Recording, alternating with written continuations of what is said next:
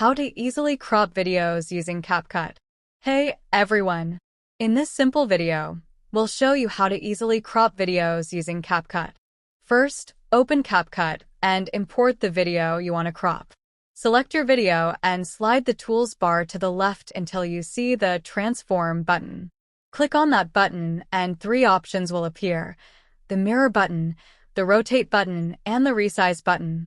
Click on the Resize button and the cropping editor will open. Here, you will see different settings. You can crop your video with various aspect ratios.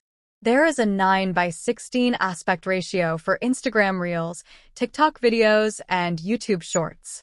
There's also the standard widescreen ratio, which is 16:9. You have other options like 1:1 and 4:3, which are standard. If you click on the first option, the Custom option, you can crop the video in any way you like. You can select your own aspect ratio. When you are finished, just click the Done button. And that's it. We have successfully cropped our video. If this was helpful to you, leave a comment down below, and I'll see you in the next video.